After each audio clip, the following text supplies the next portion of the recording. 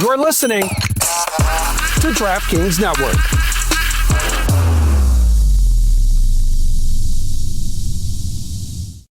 The spirit of innovation is deeply ingrained in America, and Google is helping Americans innovate in ways both big and small. Central Texas Regional Mobility Authority is using Google AI to create smarter tolling systems and improve traffic flow for Texans. This is a new era of American innovation. Find out more at g.co/American Innovation. Hey, it's Ryan Reynolds here from Mint Mobile. Now, I was looking for fun ways to tell you that Mint's offer of unlimited premium wireless for $15 a month is back. So I thought it would be fun if we made $15 bills. But it turns out that's very illegal.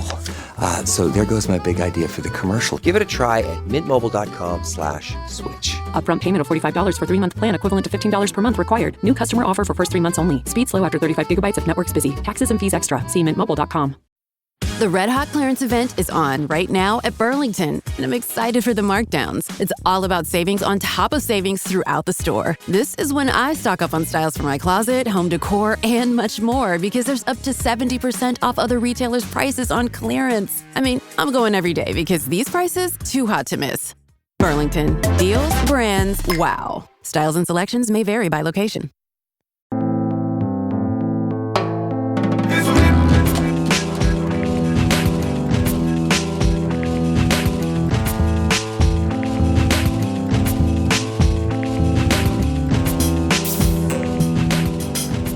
Welcome to South Beach Sessions. I am very excited that this man is in studio with me. I have known him since he is 17 years old, since he was drafted. I was at his mother's house. His sister was making eggs, and he was just a young man trying to figure it out. He is now one of, if not the best in the athletes in the history of South Florida, one of the best baseball players ever, and a media tycoon and a business tycoon. You laugh at media tycoon, but I don't know a lot of people that got to work, especially after having some sort of controversy at both ESPN and Fox at the same time. I don't think there's a lot of precedent for that. Thank you for being here with us, Alex. Thank you. And I thank Jimmy Batard at ESPN and Eric Shanks at Fox for making that happen. And Rob Manfred was very helpful, and I've enjoyed my time with both. I want to. This is what I aspire to. I don't know if we're going to get there or not, but I would like to have the most honest conversation I've ever had with you, and I've done magazine stories on you, and we've talked a lot over the years. But I know that you're very good at this. You're very good at the charm of television, at how you present, and so sometimes it can be a thicket to get in there near the soul of Alex Rodriguez because you know how to share only what you want to share. So that's what I'm aspiring to. How do you think we're going to do? I think we're going to do well because we've known each other almost 30 years, actually 30 years, probably more now. Gosh, we're getting old, Dan. But two things I'm really bad at, what I need your help, and we've talked about this over the years, is I'm a great audio listener, and that's how I learn. Like, I love podcasts. I can't wait to see more of what you're doing. But I'm not a good writer, and I'm not a good reader, right? And you're one of the best writers on the planet. And when we're offline, I want you to give me some tips on how to become a better writer. Writing's tough. It's tough. Writing is hard. It's lonely. It is a skill set. I mean, you've done so's hitting a baseball, but writing is a tough one. I think the most failed class in American colleges is English. When did you know you were an exceptional writer? Well, in high school, I had it was the first thing that teachers told me I was good at of anything. In fact, I would say that's the first time anyone told me I was good at anything, because my father, who I was always trying to make proud, was very reluctant with his praise, like a lot of Latin fathers. You know that some of this. Rafael Palmeiro, Jose Canseco, pushed very hard by fathers who were very demanding.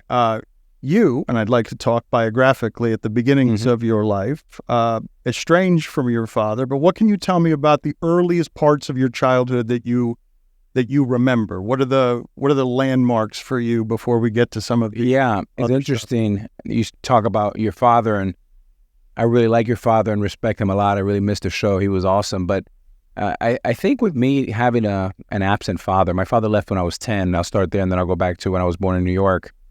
Dad left at 10 and left home in Westchester. I'll never forget our address, 8250 Southwest 12th Terrace, just a few blocks away from my elementary, Everglades Elementary, and where I went to school with Javi Gomez, and who now works for us as a chief legal at A-Rod Corp, and JD Urtiaga, who just became the manager, head coach for the baseball team at the University of Miami, which I'm thrilled for him. That, for me, as an athlete and as a human being, was a gift and a curse, Pops leaving. One, I think the curse is obviously you miss Dad, you miss the kick in the ass, you miss the mentorship from a father, and just the guidance of just someone who loves you infinitely, I guess, right? The gift was that I didn't have a crutch to lean on. I remember a lot of my teammates all had their parents. I remember they give them hot dogs in the middle of the game, chips, nachos. Sometimes we'll get pizza in the fourth inning. And I was starving. I didn't have anyone to come give me any food. So I had to kind of do it my own. But going back, I was born in New York in 1975. Both of my parents, Lourdes and Victor. Victor has passed now almost 10 years ago. Both Dominicans, immigrants. I was born in New York. At the age of 4, things started getting kind of a little bit rough in New York City. And we came to Dominican Republic for 4 years. And then once I started getting into like the 3rd or 4th grade, Mom thought it would be a good idea to get to Miami. So I've been here ever since I was 9 years old, where I landed at the Boys and Girls Club. What was your life like in the Dominican, or is that too far? Like your earliest memories on stuff on what you had and what you didn't have, what love felt like, all that stuff. Like where are the early places that you associate with maybe happy childhood, or was it a happy childhood? Yeah, I think it was very happy. And I think because the main theme in my life was sports. And even though we were humble financially, I always had big dreams, and those dreams kind of revolved around sports. It didn't matter what color you were, what language you spoke. It matters if you can contribute to a team. And I just liked that. It was like, okay, this is great for my self-esteem. If I can actually have a good attitude and be a good player and help us win, there's always going to be a spot for me. And that was great. But yeah, I think I was a pretty, I would say, happy child, yeah. Your mother, you were telling me before we started here, is now 88, vibrant, drinks you under the table. Yeah. You cannot keep up with her. What was the imprinting left by your mother and your sister in raising you in a house that didn't have male leadership? Yeah, it was interesting. My first 8 years of my life, the first 4 were in New York, the next 4 were in Dominican. So I had a pretty good framing of how things were in New York and Dominican. They were completely different. We lived in an apartment in New York where my father had a shoe store in our apartment, and every woman within 3 or 4 miles would come to buy shoes from my father. And I've had so many people over the years say, hey, I used to buy shoes from your father, which is kind of neat. You lived behind it, didn't you? We lived 183rd in Amsterdam, a block away from Yeshiva University. And, that's when kind of my dream started thinking. I had 2 dreams as a 10-year-old boy, as I used to watch the games after my father was done selling shoes all day. My dad would smoke 2 packs of cigarettes a day, Dan, and he would drink about 24 beers every day, and complete alcoholic. But I never saw him scream. I never heard him curse. I never heard him raise his voice. My mother, on the other hand, is where I got my grit and my toughness from. Chancleta. Big time. Quick story on my mom. Across the hallway from our apartment in New York, I was probably 4. I remember there was a big-time drug dealer that lived right across who was tough as nails, and everybody feared him. And you did not want to get in the crosshairs with this gentleman. And he did something where they did something that was a little bit disrespectful to my sister. I don't think it was a huge deal, but it was probably like they intimidated her, or probably they raised their voice. And my mom gets home from work, and she hears this at dinner, and around 9 o'clock at night, she goes banging on this guy's door. And now I'm thinking, I'm 4. I'm thinking we're all dead. I mean, this guy's going to come with a machine gun and just take us all out. And he goes, if I ever see you pointing at him, if I ever hear you talk to any one of my kids, especially my only daughter, you and I, mister, are going to have a problem. And I'm thinking, okay, we're dead. At least I have a father. My mom's dead. And he literally backed off and said, you know what, Mrs. Lourdes, apologies, my fault. It'll never happen again. And I'll give you one better. If anyone messes with your family, they're going to have to deal with me. So that was the start of my mom, having conviction and holding her ground. For those who don't know Spanish, when I said chancleta and he said big time, I was talking about Hispanic mothers who throw flip-flops as a way of discipline. Did you need much discipline? Were you a good kid? Were you unruly? I was a good kid, Dan. And early on, now fast forward to when we were 12 and Dad left at 10, I remember going to Publix in Kendall, and the Publix is right there, 137th and around Miller. And I remember my mom at that time had 2 jobs. She was a secretary in the morning and served tables at night at Latin America, right in front of Tamiami. I think it was 97th Coral Way, and they had the best, bistec, empanizado. Oh my God, with rice and beans and maduros. It was incredible. And I remember going to Publix, and we were at the check-in line where we're paying, and I saw some funny money. And I go, wow, the only time I've seen that is like Monopoly. It was like red. And I said, Mommy, so what is that? And she was embarrassed to tell me. And of course, it was government money, right? And it was at that time when I was 12 where I said, okay, you know what? I'm the youngest of 3, and I got to get my ass in gear because I got to help out Mom. And Mom was not a young mom. She was an elderly mom and was working way too hard. So that was the first time then that I had a little reality, talk about the gift and the curse of not having Dad around, that I knew I needed to be a good kid. And that meant 3 things. 1, I had to be a good student to be able to get a scholarship to Columbus or Westminster Christian. Number 2, I had to be a good player to contribute to earn that scholarship. And 3, I had to be a good kid. So my friends' parents thought I was a good enough kid to have them around their kids. And that way I can get a ride home because I wasn't 16 yet and I didn't drive. So those were the things that started from that Publix event. When you talk about government money, I almost associate word association with money as almost smells like money, looks like money, makes money. Money was something important to you. I don't know whether it was validating to you at all. I do remember the specifics of Kevin Garnett signs the biggest contract in sports, $126 million. And you signed for exactly double that, not a penny less, exactly double the biggest contract in the history of sports. What is your relationship with money? Were there any insecurities there early on with money? Yeah, it's funny because I think that was a Scott Boras production. I didn't know at the time, but I'm sure the 2X above Kevin Garnett, the irony of the Minnesota Timberwolves, and the double, I'm sure that was a Scott Boras production. I never asked him, but I'm sure there's something there. One of my favorite interviews, Dan, that I've ever seen, and I've always been a big fan of your writing first. I mean, people don't realize you're one of the best writers around because your media career has been so good and so front and center with ESPN and others, was the interview you did with Pat Riley. And Pat Riley is a great friend and one of my great mentors who I have so much respect for. Pat and Chris Riley, both of them have been great to me over the years. And you said something to him about don't let the fancy suits kid you. You're a New York street baller, right? A Schenectady tough guy. He was, yes. It's all packaging, Armani packaging. I've been meaning to ask you actually this question. I'll let you finish in a second. But at one point I heard that you and he were the only 2 people anywhere to be found in either America or sports who can walk into any Armani place and take whatever they want without much issue in terms of your fame. Armani wanted you decked out in Armani. There is some truth to that. It wasn't exactly get whatever you want, but we had I think a massive discount, which we kept very quiet for a long time because Mr. Armani did not want that word to get out. So I'm very grateful for that. So my relationship with money, Dan, is one that one of my great passions in life is financial literacy.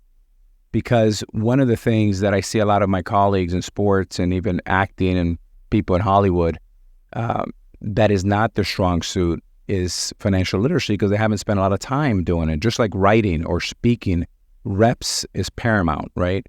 And I knew that financial literacy was my way out of that funny money that I saw and witnessed when I was a 12-year-old boy at Publix. So I think at the beginning there was some imposter syndrome. Obviously, I didn't go to a fancy school. I don't have my MBA. Ironically, now I'm going to my 6th year of teaching the #1 class at Stanford Business School, which is called strategic pivoting, which is another story. But I think education is power. And I think a lot of times, I don't know where it comes from, but people try to code finances so much that they make it much harder than what it really is. I think baseball does the same thing with all these acronyms. And really, at the end of the day, instead of saying a 5 cap, I'm going to buy this 5 cap, this beautiful building we're in, instead of just saying it's a 5% return, right? So if you put $100, you need $5 back. It's so much easier. So one of the things that I want to do is really democratize investing. Financial literacy is the only way that we can really empower our future and ensure that we have a good life after sports. Strategic pivoting is what? What is the class? Yeah, I mean, you've done one, Dan. I mean, I've done one, right? I've gone from strategic pivoting from baseball, professional baseball, to media, to business. You've done it from being an employee at ESPN to now being a media mogul yourself, right? And working with John Skipper, and you have this great, I wish you would have came to me because I would have loved to invest with you. So the pivot for you probably wasn't as scary today because you're north of 45 years old. But if you did this pivot at 25, it would be daunting and scary. So a lot of kids that come from these great universities, they have so many options. And a lot of people are pivoting from politics to business, from business to education, from education to social work. And we teach them how to make that pivot, how to signal to the community why you're changing. Because a lot of times we assume that everybody knows why Dan Le Batard went from ESPN to his own media company. You got to go out and signal to the community, this is why we're changing and why. So that way they don't make up their own mind of, or assume that something bad happened perhaps. And we kind of walk you through all those processes. You know, guys, it feels pretty good when you accomplish something you've dreamt of for a long time. I've been feeling really, really lucky to not just make it to 30, but to be doing all of the things I ever wanted to do, including working here on the Dan Le Batard Show with Stugotz. And when you think about it, the origins of this show were once just a dream for them. That dream turned into the show and business that you're listening to today. And starting your own business is a dream that lots of us share, but too many of us just let it remain a dream. Don't hold yourself back thinking, what if I don't have the skills? Or what if I can't do it alone? Those what ifs turn into why nots with Shopify by your side. Shopify powers millions of businesses worldwide, including 10% of all U.S. e-commerce. Whether you're Mattel or you're just getting started, Shopify's got your back. Not a web designer? Not a problem. Shopify has beautiful, ready-to-go templates. Need help with the details? Their AI tools can enhance product images, write descriptions, and even generate discount codes. Worried about finding customers? Shopify makes marketing easy with email and social media tools. And if I ever get stuck, Shopify's award-winning 24/7 support is always there. Turn your big business idea into with Shopify on your side. Sign up for your $1 per month trial and start selling today at shopify.com/Batard. Go to shopify.com/Batard. Shopify.com/Batard. Big news out of the Big Easy. UFC 318 is about to go down in New Orleans, and this card is absolutely stacked. We got Dustin Poirier versus Max Holloway 3 as the headliner, and it's Dustin Poirier's last walk to the octagon, the final chapter with his legacy on the line. And you know DraftKings Sportsbook, the official sports betting partner of the UFC, is locked in with all the action, parlays, props, knockout odds, you name it. And if you're new listeners, bet just $5 and get $150 in bonus bets instantly, just like that. Download the DraftKings Sportsbook app now and use code BEACH. That's code BEACH, BEACH, for new customers to get $150 in bonus bets when you bet just $5. Only on DraftKings. The crown is yours. Gambling problem? Call 1-800-GAMBLER. In New York, call 877-8-HOPE-NY or text HOPE-NY at 467-369. In Connecticut, help is available for problem gambling. Call 888-789-7777 or visit ccpg.org. Please play responsibly. On behalf of Boot Hill Casino and Resort in Kansas. 21 and over. Age and eligibility varies by jurisdiction. Void in Ontario. Bonus bets expire 7 days after issuance. For additional terms and responsible gaming resources, see dkng.co/audio. You mentioned financial literacy. As an observer of you from afar, I have not asked you this, but I have always thought that you were somebody that because you were so great at baseball and were not able to go to college, that you had a little bit of, I don't know if imposter syndrome is too strong, but an insecurity about, I want to put my name on the University of Miami and I want to donate big because I want people to know that I'm educated, that I'm not someone to be trifled with just because I had to go work on baseball and couldn't work on my studies. Like, how much of that is there? I think a lot. I think imposter syndrome is not too strong, Dan. I think, the two institutions that made an enormous impact in my life were the University of Miami and the Boys and Girls Club. And I sit on both boards at the national level. And part of why I wanted to give not only, a lot of people can write a check, but, the thousands of hours that I've put to give back to the Boys and Girls Club, including a board meeting for a couple hours this week. They raised you, right? The Boys and Girls, they saved you. One could say, well, saved might be too strong because you had love at home, but you found family there. Yeah, but at home, everybody was busy working, trying to pay the rent. The rent when we got here was $550. Our landlord was called Alberto, a Cuban man, very, very nice man. It was a 4-bedroom. He lived in one and we lived in the other 3 rooms. So a lot of my grit, my determination, my motivation comes from, I remember how it feels to not have the $550 to pay that rent every 30th day, the first of the month. So I think a lot of it came from that.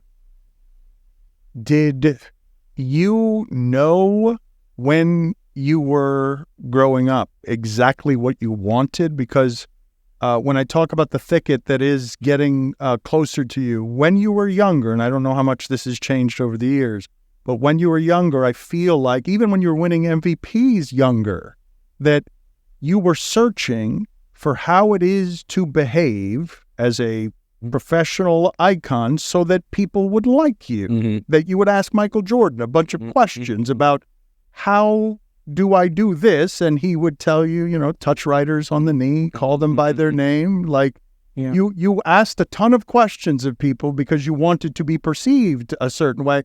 I thought you were trying to find your voice, and sometimes that got you called a phony or whatever because people thought you were insincere because you were trying too hard to be liked. I think is all accurate. Dan, I think therapy has completely changed my life. And I've been in therapy for 12 years now. I know you had an awful death in your family, which condolences to you and your entire family. I can't even imagine how that feels. And I know you've been dealing with a lot. I lost my therapist a couple of years ago and he died out of nowhere. He had a heart attack. And that was an enormous blow to me because he's been such a source for me. Dan, what happened was, a lot of people forget, you don't, of course, because you were there, but I was one of 3 people in the history of the game to be in the big leagues at the age of 18. Myself, Tony La Russa, and one other that I can't recall his name right now. And I was 18 years old. I looked like I was 28, but I had the emotional maturity of a 12-year-old. A boy. And while all I did was my 10,000 hours, like the outlier, in baseball, I fell behind emotionally. I fell behind with my education. And remember, I have this big vacancy because Pops left at the age of 10. And it wasn't to some of my trials and tribulations as I got older and dealing with Dr. David with some of these issues, unpacking what happened when I was 10, 11, 12 years old, and rewiring my brain that I did not need to search anymore. The big aha moment was, what God made in me was enough, whether you like it or not. And Dan, what I was doing, and you probably remember this because you knew me personally, and then you saw what I projected, and there was a delta there that was pretty big. And today, what you see here, we're just having the conversation the same. Like, I'm not changing, right? And that came through years and years of therapy. I don't know that I do therapy as well. I've done a ton of it. I've had a lot of recent breakthroughs just because the pain has caused a great deal of growth, because sometimes you don't learn things until you're hurting. I don't know what led you to therapy, but I would imagine you wanting to be liked a whole lot and then having everything fall apart in front of people. I would imagine that didn't help, like everything that was happening to you publicly with steroids. But if I could have one thing that I'm always searching for in therapy that I know will make me happier, but I always struggle with, is how I can be lighter on myself, how I could be more forgiving with myself. I struggle with that because I had a father who didn't do pleasure, and I was always trying to please him, and the little boy in me also didn't grow up very much because he was just trying to please a man who didn't do pleasure, and then I was never good enough. In my own head, I'm never good enough. Makes total sense. Where are your breakthroughs that aren't too personal? Like some of the things, I don't know what led you there. I was presumptuous. When I got suspended in the year, I sat out the entire 2014 season, and a about 15 of us got suspended. I was hoping that we all got the same suspension for around 50 games or so. And I ended up getting 162 an entire season. And while I was really, really, really bummed at that time, it was a blessing in disguise, because it was the first time since I was 15 years old when I walked into Westminster Christian as a rising sophomore, where Rich Hoffman looked at me and said, you're going to have a good year this year as a sophomore. Then you're going to go play in the junior Olympic teams as a rising junior, and you're going to be the number one junior in the country. And then the next year, you're going to be the number one pick as a senior. And then I literally looked at, as the pool was in my left and the baseball field was in front of me in Westminster Christian campus, I looked behind me and I go, Coach Hoffman, are you talking to me? I just got cut from Columbus where they didn't want me to play baseball. They wanted me to play basketball. And this is the number one school in Miami. Like, this is a powerhouse of all powerhouses. If he's telling you this is the amateur coach in our region who you'd most want to hear it from. This is Duke basketball, and this is Coach K talking to me if you're playing basketball, right? And it meant so much to me. And again, that was 5 years after Dad left me at the age of 10. And I'm saying, okay, if Coach Hoffman believes in me, kind of like your teacher told you that you were a great writer in high school, I said, okay, those words sound good to me, and I'm going to do everything in my power from now on to make sure that you're right. And that was one of the biggest breakthrough.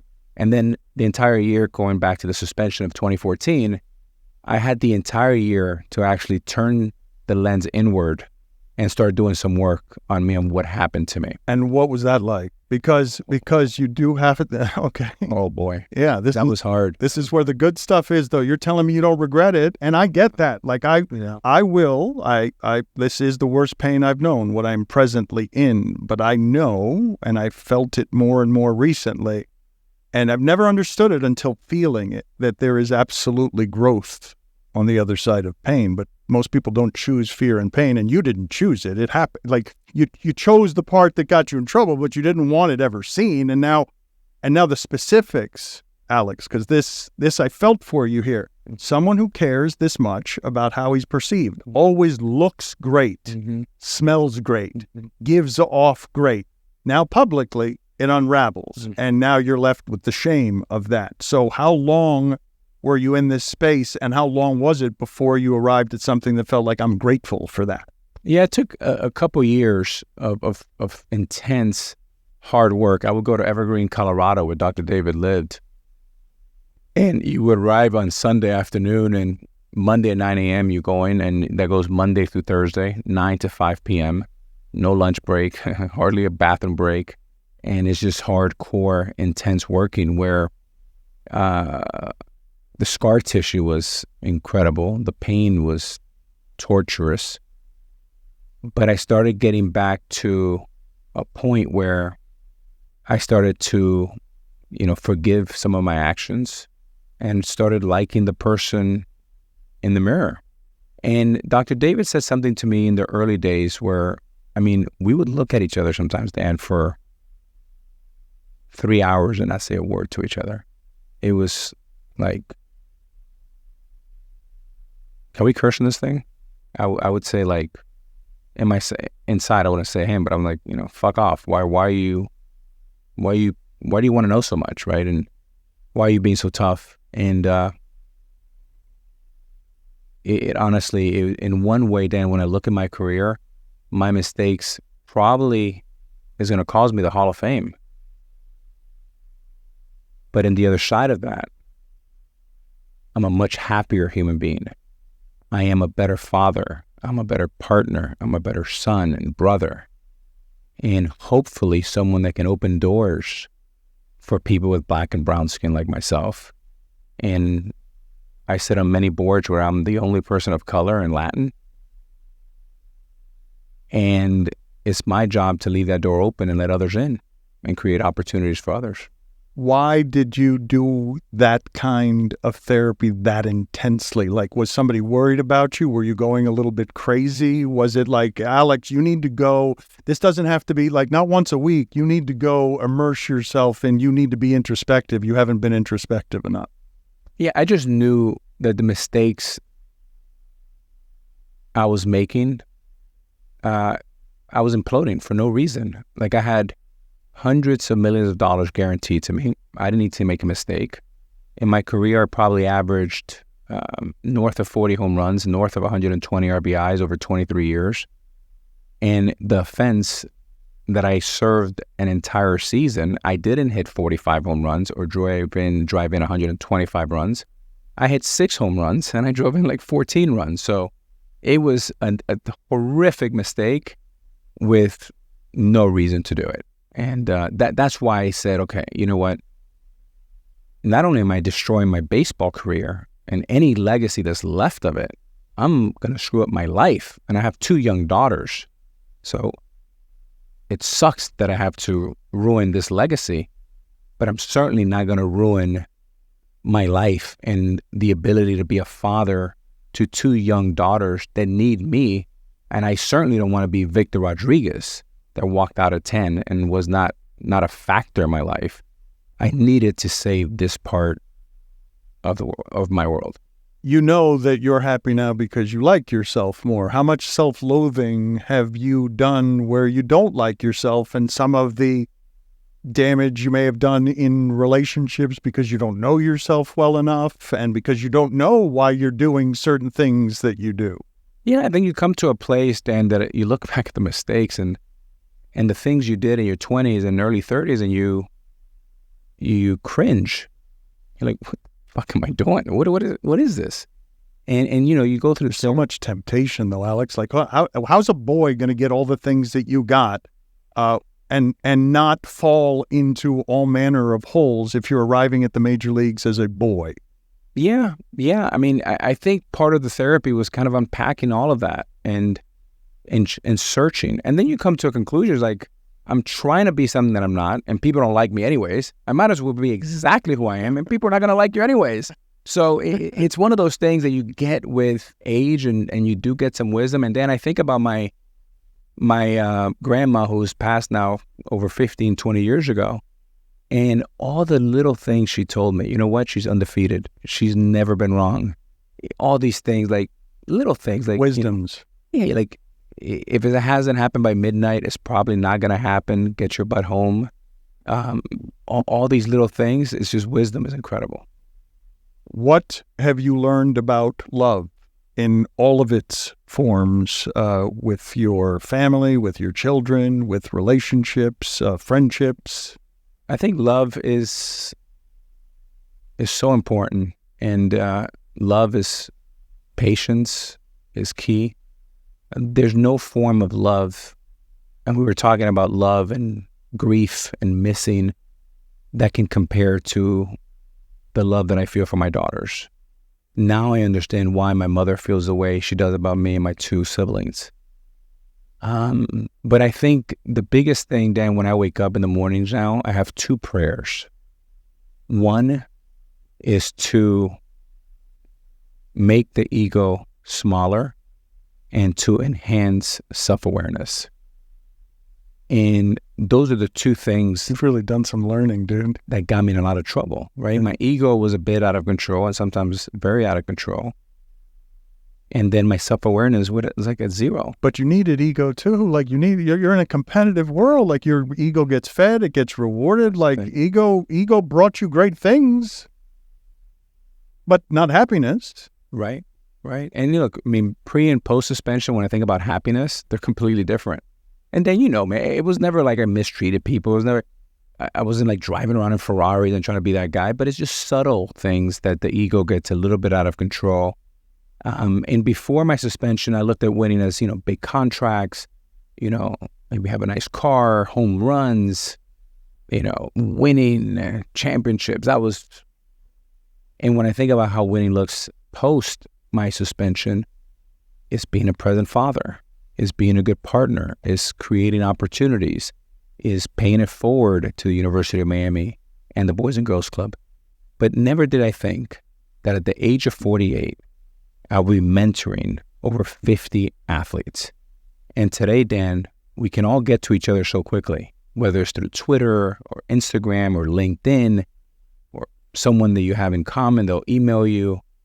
And what I'm so proud of is that there's men and women out there that are doing great things, that have the confidence to reach out to me for help.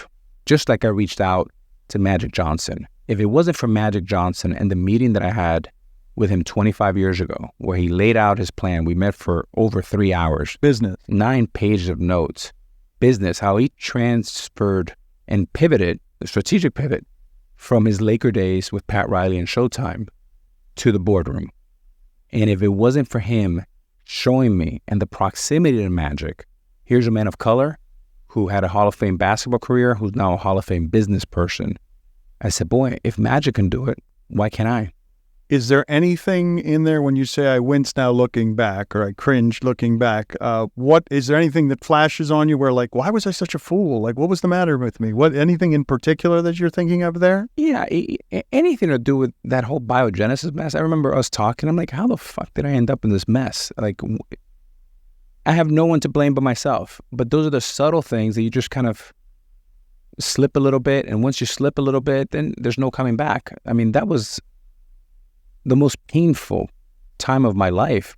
Humiliation, embarrassment, letting people down, starting with my mother and my daughters and my brother and my sister. I'm like, what am I doing? And you have to surround yourself with great people. And you are an average of the 5 people you surround yourself with. So as I think about my life today, I mean, my circle is so tight and you just can't get in it. And when you see the great ones, the Pat Rileys, the Jordans, John Woodens, Coach K, whoever, they have a very, very tight circle. Who helped you the most when you were in the most pain? Dr. David. How about loved ones? My daughters, I would say Cynthia, who is the mother of my kids. We were together for 13 years. I was married to her for 5. Cynthia has a background in psychology, has her master's in it. And she's still my greatest friend and biggest supporter, and I am hers. And I always thought you guys had you had a super supportive relationship in and out of, like, like, I can't even imagine the stress test that whole experience was for her, as she knew you when she knew you before all the child, like she in fact, as I recall, and forgive me if I'm overstepping here because I don't know what the relationship was, but I do feel like she was taking care of you in a lot of ways. Like, just that you were not yet grown up. You had to concentrate on being great. And she was just, from afar, super supportive of what it is you were building. It was funny because we were together in our early 20s. And I just, looking back at now, we're way better friends than we were a married couple. And I wouldn't say it was anything like really bad that happened. It's just, we were better friends, and we made a decision to be co-parents and good friends and give an opportunity for us to meet somebody else. And now she's met an incredible guy, Angel, also Dominican. They have a young daughter, Cammie, who's 7. And we're all like the Brady Bunch. We travel together. We spend holidays together, and it's just a beautiful thing. And I wish other, broken couples that are co-parents can have this type of cohesiveness, right? And then when I look at my life, it's like an oxymoron, right? There's so many things that I've done poorly. And then there's other things that I look at, with my relationship with the community, giving back to the Boys and Girls Club, University of Miami. I've been on that board when Donna Shalala put me there almost 20 years ago. And the father that I am today is just weird and is strange. There's a lot to unpack. You also don't want to be the dad you had, right? No, that was my number one motivation. Sometimes the best examples is seeing someone that you want to do exact opposite of what he's done. Because of the damage was done there? Like, what? Yeah. But what do you think of when you think of, I don't want to be those things? Beyond being present or not getting the 24 beers and 2 packs of cigarettes a day, like, what are the things that you're proudest of making sure I am not going to be that, because that left scars on me I would not want to leave on anybody? Yeah, there was some, I would say there was a few things that my dad did well that I learned from. I mean, we do have commonalities around baseball and business. He was really good with numbers. He always wore suit and tie to sell shoes. I see myself with some of the characteristics that I admired about him. But I'm now convinced, at the age of 48, father of 2 daughters, one who's a freshman in the musical theater program at the University of Michigan, who's thrilled to be there, and my sophomore Ella, who's at Gulliver, right? And I'm not sure, Dan, and I'm going to present the question back to you, is I am now convinced that it is almost impossible to maximize your potential as a human being without a present father and without intense therapy. Because I was lost without one, and I kind of found my way with Dr. David. What are your thoughts, sir? I mean, that's super interesting, right? I turned my bosses into father figures, trying to get how do I please this person? Like I would say it's part of why it is that I became successful, because I was trying to reach a bar that was never going to be reached with my father in a way that was going to feel like pleasure to me. And so I would try to please bosses. But my father was sumamente present, but my mother was sort of propping up my father. My father went to work and came home, and she propped up the idea of, we have this figure in our house who is the one to be followed, because that's pretty Latin. It's pretty stereotypically Latin. And she helped create for me something to try and please. But what led me to therapy, like this one, was a bit of a mind bleep. My father over the years has had a couple of a couple of things that have happened, one of which many years ago, this is the first time I ended up in therapy. My father had a breakdown, and when he was on a cruise, I'll tell you when he had the breakdown. So he has the breakdown. He loses his job at 57. He's been, in his past, he was rejected by his own mother. The losing of the job comes in at 57. Work is all that matters in our lives comes in one day, and all of the stuff that was on his desk is in a garbage can. You're done. Whatever your identity is or was, out of here. He has a breakdown. We're going to visit him at a place where there are, human beings clucking like chickens and stuff. And as we get there, my mother passes out in his arms. And right then, me as a Hispanic, I'm going to say boy, but I was early 30s, but I'm not grown up yet. I'm like, oh, I gotta go look at some things. Like, I haven't grown up.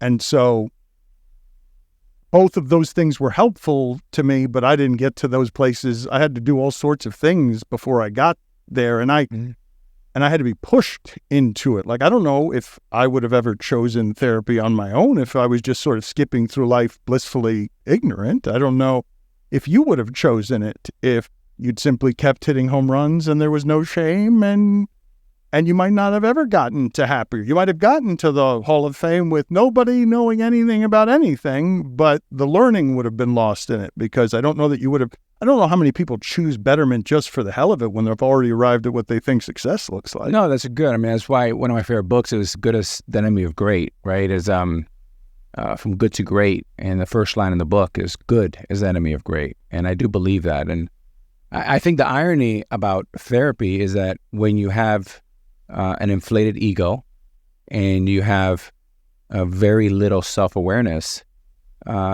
you have what is called the blind spot. And the blind spot does not allow you to think that you actually need help, because the ego it's like the sun brights too bright on you.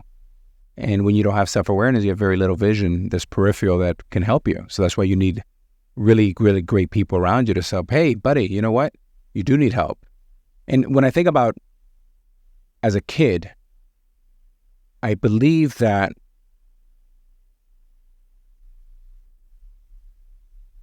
you're a byproduct of some of the things that you have, and you're a byproduct of some of the things you lack. As an example, my dad left at the age of 10.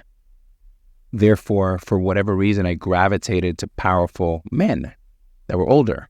And from age 10 to 25, I had 3 coaches, which is crazy. I had Gallo, Eddie Rodriguez, the Boys and Girls Club. He's been there now for over 40 years. And all the players, Tardeville, they all went through there, Palmero, Canseco. Then he handed me over at 15 to Coach Hoffman. And then Coach Hoffman handed me to Lou Piniella to the age of 25 until I left for Texas. And then in the business community, I've had mentors like Magic Johnson and Pat Riley and Warren Buffett. But that's always been a common theme for me, to have this kind of really good people to help me, educate. Why does the United States pay higher drug prices than other countries? Because America's the only country in the world where 340B hospitals mark up drug prices and PBM middlemen charge billions in hidden fees. Meanwhile, Americans subsidize the research and development for new cures. Other countries benefit, but don't pay their fair share. Crack down on the middlemen. End the free riding. Lower drug prices. Go to balancethescales.org to learn more. Paid for by Pharma. This episode is brought to you by State Farm. Sports are all about teamwork, and so is insurance.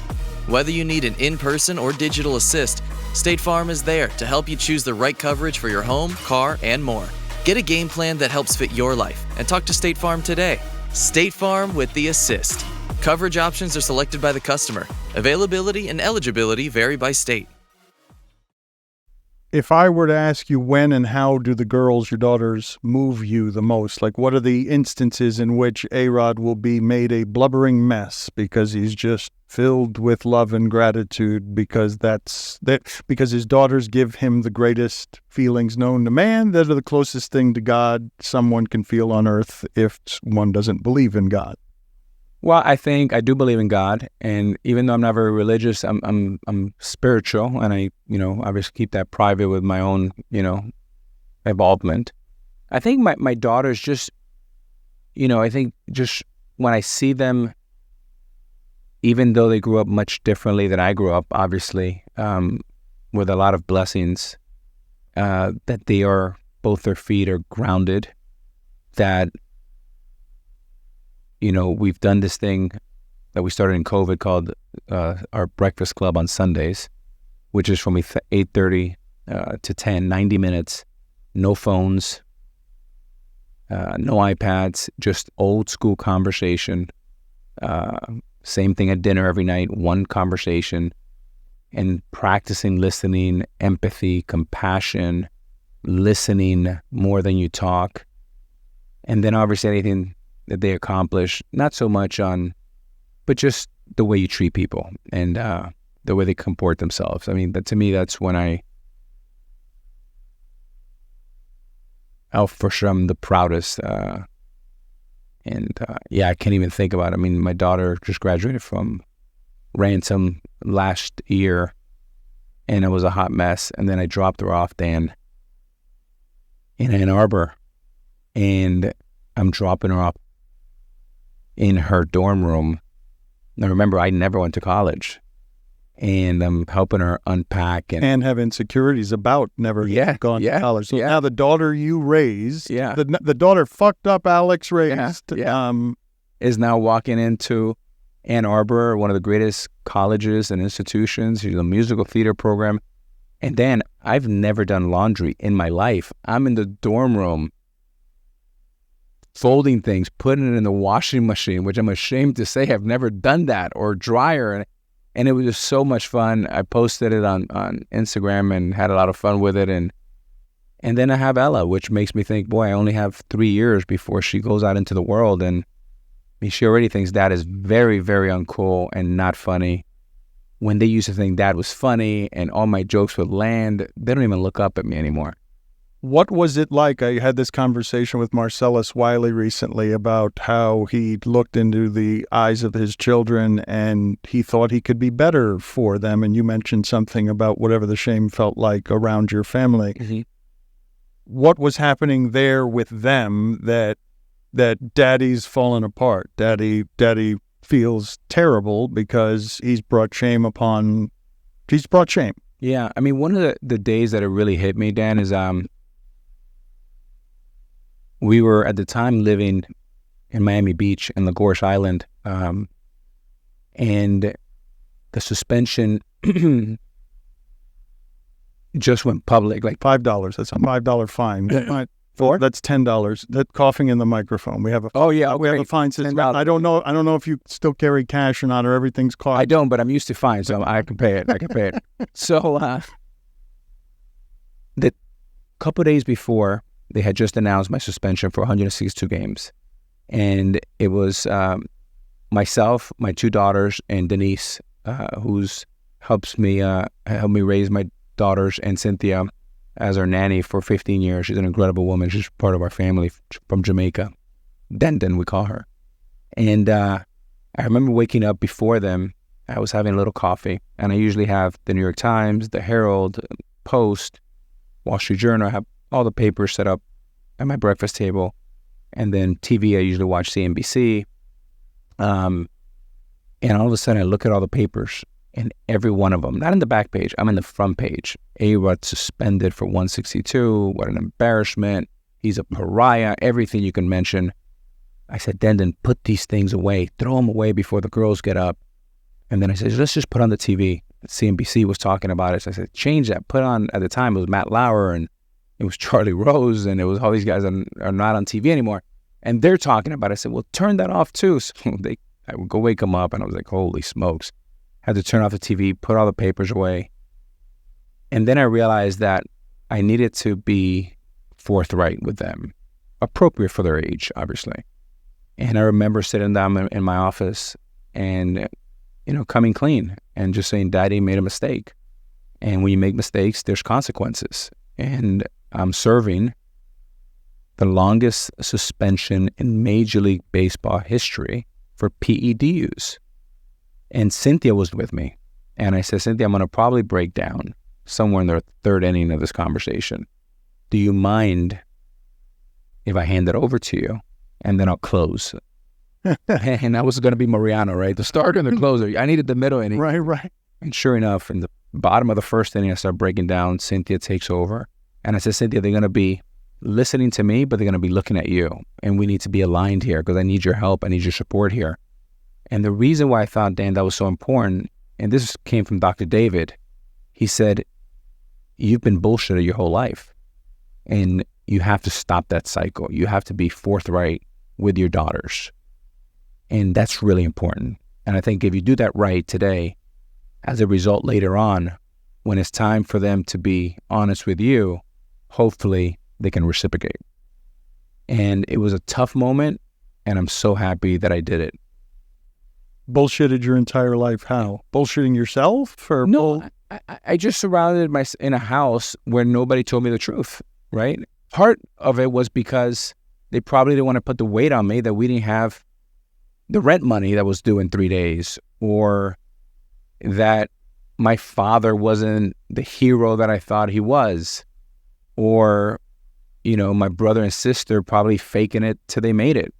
And it was a short-term fix, but I don't think it's sustainable for the health, the mental health, the development of a young person. And in this case, my two daughters, I thought through Dr. David's help that I've been extremely honest with them, even through the toughest moments and the darkest hours.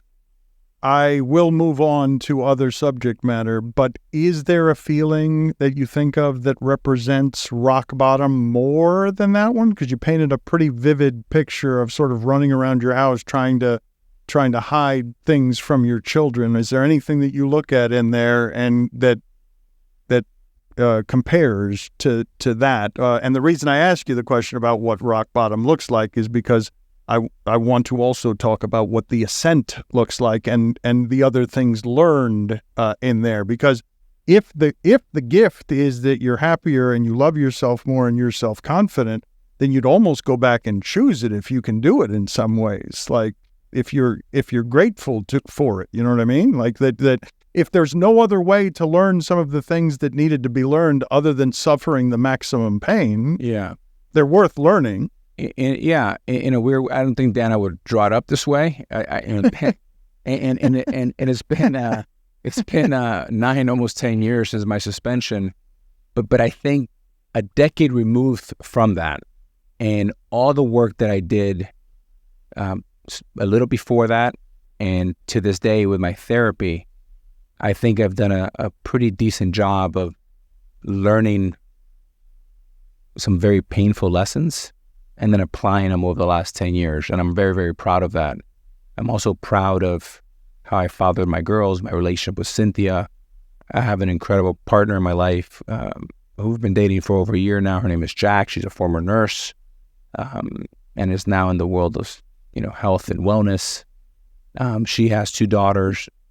We have over 500 people that work at A-Rod Corp, own a professional NBA team. I mean, I'm living the American dream, Dan, and I come from the very bottom, and it's just remarkable. And I really think that none of this happens without me falling on my face and having those dark days.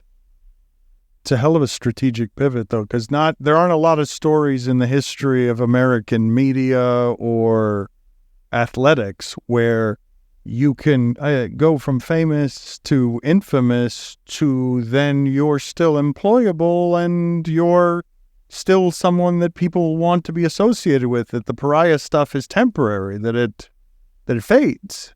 Well, I think it's a lesson for hopefully a lot of people that are listening, right? That you don't have to be defined by your biggest mistakes. I mean, how you come back matters too. And I would actually say how you come back is most important, and not to give up. I mean, you're talking about a guy that we talked about the resiliency of a guy like Pat Riley. I'm a pretty resilient guy too, and pretty gritty. But I got to tell you, in my darkest hour, I mean, there were many times that I thought about tapping out. Oh, really? And giving up. And I never thought that the word give up would be anywhere near synonymous with me. But it was dark, and I was ashamed, and I felt that the only thing that mattered in my life growing up was to be a Major League Baseball player and be part of this incredible institution. And to think I was pariah 101 to the league was heartbreaking. And I was confused on how I got myself there. But what was most important is that I took full accountability and have no one to blame but myself. What do you regard in your baseball career as the happiest time? The best year, the best 6 months, the time that you were, because it doesn't sound like any one of those years might be as happy as your best year now if you're sort of slogging through it, trying to figure out what happy looks like. Yeah. I think I would say 2. I would say when I got the call from George Steinbrenner that he wanted me to join his Yankee team and to, come team up with Derek Jeter, and agreeing very quickly that I would move in the prime of my career as the better shortstop. Well, I just won. I'm saying that for you. You don't have to say, but you were the better shortstop at by the metrics, and you moved to third base. You went to third base because he's the captain, and it was his team. Well, and I think Derek would be the first one to tell you that if he came to Texas, he would have moved to third. And respect is something that I believe in. I gave him my word that I was going to play third base and third base only. And I just made it very clear. I said, if there's ever a conversation about me going back to shortstop, I'm going to go back to Texas, because I wanted to honor Derek, and I didn't want any drama around the position. And I went over and worked really hard at third base and became a suitable third baseman. So I think George calling me over, Steinbrenner, and then obviously 2009, bringing the World Championship back to New York for the 27th World Championship in one of the most franchise. After struggling in postseasons, in pressurized postseasons, sure. Like after year after year, you're one of the best players in baseball, and now people are, accusing you of mental frailty because baseball's hard, and sometimes people hit 200 in a 14-game sample. Dan, I don't see it that way. And again, this is where I think having some space from that time, the truth is, when you're one of the best hitters in a lineup, you get circled, and they come at you with everything they have. And sometimes the best thing you can do in the World Series, I think Gary Sheffield did a nice job of this, and Barry Bonds did too. You got to just take your walks. And once I realized that it wasn't about me, and it was about we, and it wasn't about what my stats were, but I would literally drive to every playoff game with Andy Pettit, because he was my neighbor in Westchester, and he would help me out. And he was at this time a 4-time world champion, and he pitched Game 6, which was a Game 6 that we won. He pitched great game and handed the ball to Mariano against the Phillies, and Victorino made the last out. Ground ball to Cano, to Teixeira, the Yankees are world champs for the 27th time, as Joe Buck said. It was incredible because it was like a masterclass from one of the greatest champions that I've ever met in Andy Pettit, where he would talk to me about hitting, pitch selection, what the opposition was thinking as they were facing me. And then I would reverse it, and he would ask me, okay, what do I have to do to beat the Angels, to beat the Twins, and ultimately to beat the Phillies? And Dan, it was some of the most enjoyable hour conversations, driving to the ballpark, no phones, just old school conversations. And he really helped me become a champion. What do you regard as the most honest, accurate appraisal that you can make of the relationship with Derek Jeter? It's a long time. It's complicated. I don't know what can be known or what can't be known. But when I ask you honest and accurate that can be said publicly, what happened there? Well, I would just say that right now, we're in a great place. He asked me to go to dinner about a year ago, almost today, when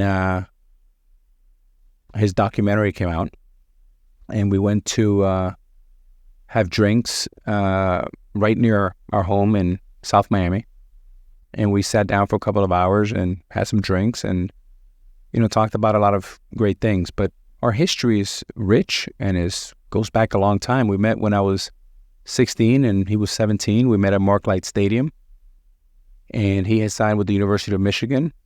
I had signed with the University of Miami, so we had a lot of commonalities.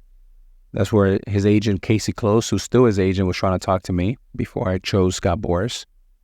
And in that 30-plus year history, we've had some ups and we've had some downs, and I think the media was obsessed with our relationship in New York. It was a very meaty story, and negativity sells, and big names sell, and the Yankees sell, and the controversy around the position sells. So it was a mega media story. And he did a nice job of being super disciplined. I wasn't as disciplined. And it created some noise, but through it all, what I remember is great player he was, good teammate. We won a championship together, and now we're teammates again at Fox, doing playoffs and World Series every year. Were you at all surprised that that phone call came, that he wanted to just have dinner and drinks? Is it something that's unusual, or is it because this plays out publicly? There's so much vanity. There's so much insecurity. I don't even know if your documentary, well, if he's got a documentary, I got to have a documentary because I had a pretty good career too. I don't know how much competition there is between you, and I don't know what your issues are with the media. Like what the issues, I'm curious what you think is the worst thing about sports media, because we can be parasitical. Yeah, so I mean, I think his documentary was fun. It was good to watch, but in many ways it was up and to the right. I mean, there was a lot of celebration. Mine is going to be a lot of volatility, right? So completely different. More interesting. Well, no. Volatility for sure. I'm saying more interesting. If negativity sells, I'm going to say if volatility is better than just up and to the right all the time. Well, yeah. So, yeah, and I think, look, it's interesting. When I was at my first couple of years at Fox, Dan, I got a much better understanding how the media works. And in 15 and 16, I was still playing while I was with Fox. And I said, holy smokes, I wish, and this is an advice that I would give to all athletes that are listening, especially the young ones. I wish I would have done a media internship with Fox for a couple of years when I was in high school to then reverse engineer and understand how the media works. I played because I was an infant when it came to dealing with the media. I just came out of Westminster Christian, and a few months later, after my high school prom, I was at Fenway Park as an 18-year-old when I should have been a freshman at the University of Miami playing quarterback and shortstop. I was facing Roger Clemens, completely over my skis. My knees were shaking. It was the first time I saw an upper deck. I mean, we had 400 people at Westminster max, right? So it was a lot of growth. It was like turbocharged, and I just was not ready for that. I don't know if any 18-year-old could be ready for that. Maybe LeBron. I mean, he did a great job. Kobe. These are all guys that I'm friends with. Tiger Woods came out early. But I think all of us that came out early, there is one common theme. We had some ups and we've had some downs. What came with money that you weren't expecting? Freedom, eyeballs, jealousy, anxiety. No. Yeah. Why anxiety? Why anxiety? Because, again, from the age of 10 to 17, when I became a millionaire and the Mariners made me the number one pick in the country, and my mother and my sister Susie negotiated a $1.35 million contract, I didn't have lessons in life on how to distribute, how to help out my family, who gets what to save, what to spend, what to invest in. This was new territory for me. I was training to be a baseball player, and I was barely keeping up with that. If you think about it, most people, if they're lucky enough to make $1 million, usually it happens with a college degree, after marriage, kids, maturity, and usually you're in the other side of 40. Here I am at 17 with, here's $1 million, here's fame, here's expectations, and then you got to go deal with it. Jealousy, what did that bring?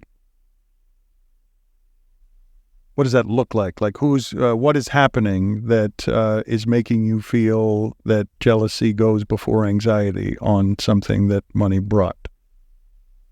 I just think, the higher you go on the flagpole, the more people are taking a look at your back end, right? And there's more chatter, there's more conversation. You have to be, careful, spend, a little bit more low key.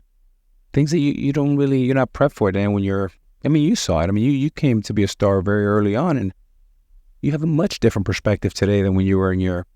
Oh, I didn't know anything. No, I didn't know anything. We're going and learning at the same time, right? And we're trying to do the best we can. And generally, we're good people. And what you're doing, though, requires your obsessive, compulsive attention in a way that sort of so lopsided that other parts of you atrophy. I don't even know how functioning and balanced a human being you can be and great at sports the way that it took as much work as it did to be as great as you were at that sport. 100%. The obsession has to be off the charts. And usually when you look at the great ones that have done great things, you have to be obsessive. You have to work on it 24/7. You're thinking about it. It affects your sleep. You got to wake up and work out. You got to keep producing. It's just this whole thing about work balance. I've never seen one at the highest level be really good at that too. Maybe that comes later on in life, but I remember my conversation with Kobe, conversation with Tiger, Jordan, Magic, LeBron. We've all had this drive that in many ways is probably not the healthiest approach. Warren Buffett too, or does he have something, he's older, so does he have something that more resembles balance? Has he arrived at something that's different than that? Warren Buffett is the most obsessive and most focused, smartest and simple thinker that I've ever met. He's a perfect example, with Warren Buffett, he's a perfect example of, the most obsessive, relentless, focused, unwavering conviction to what he wanted to do.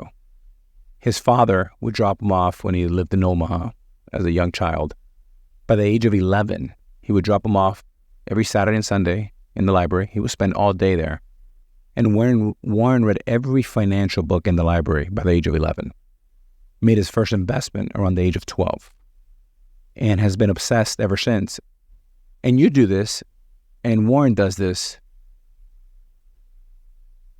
I believe he's the greatest, smartest financial mind alive. He's in his 90s. He still goes to work 5 days a week. He said, my only adjustment, I used to read 9 hours a day. Now I'm able to read 3 to 4 hours. And now he studies a lot on YouTube.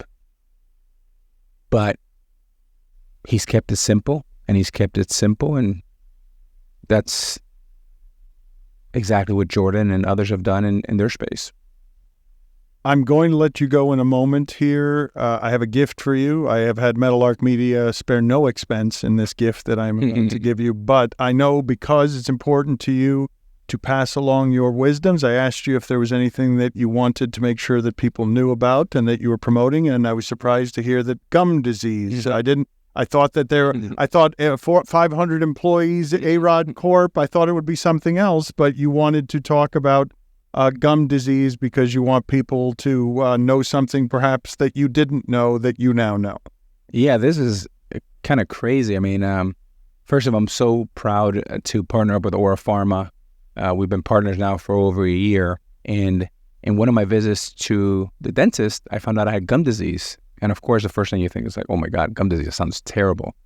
And the good news, I caught it early and it's, treatable. And then I started digging in and finding out that over 65 million Americans have gum disease. And then I realized that is even more prevalent in our communities, Black and brown communities. Where are you advising people to go beyond their local dentist to get help here and information? Well, you can go to arrestin.com for more information. ARESTIN. Correct. .com and go see your local doctor. You have perfect teeth. you have. I mean, your smile. You get away with a lot on television because you have that smile and it's pearly and everybody loves looking at A-Rod. Let me not waste any more of your time here. I do appreciate, as always, that you made the time. I have not seen this gift, so I'm going to now notice for the first time. Let's see what they've gotten us here. Come on, man. This doesn't look anything like him. Here you go. My gosh. This is it's ridiculous. I mean, first of all, I wish I had that body. And second, I wish I was so handsome. That looks nothing like you in the face. It could not look any less like you. But it is rumored and reported that you had one of these. By the way, let me say that. This is actually really funny because you don't know how many times in my career I had to answer that I had something like this above my bed. And it's so infamous a story, and I almost don't deny it anymore, but I think it's actually kind of funny. You can now have it over your bed. Now I can make it a reality. Alex, it really has been a joy to watch your growth almost as much as it has been to watch your play. It's very cool to see you feeling this confident for real. I don't want to ask you whether you care what others think anymore, but it seems like you're caring a hell of a lot less what others think. Thank you. I mean, I think even more important than confidence, I think I'm in a happy place and I'm content where my life is, and really excited to continue to give back and continue to help people in need. That's really one of my greatest passions, and continue to talk about financial literacy across, especially our community and minority communities that need a lot of help. Thank you, buddy. Thank you. Proud of you as well.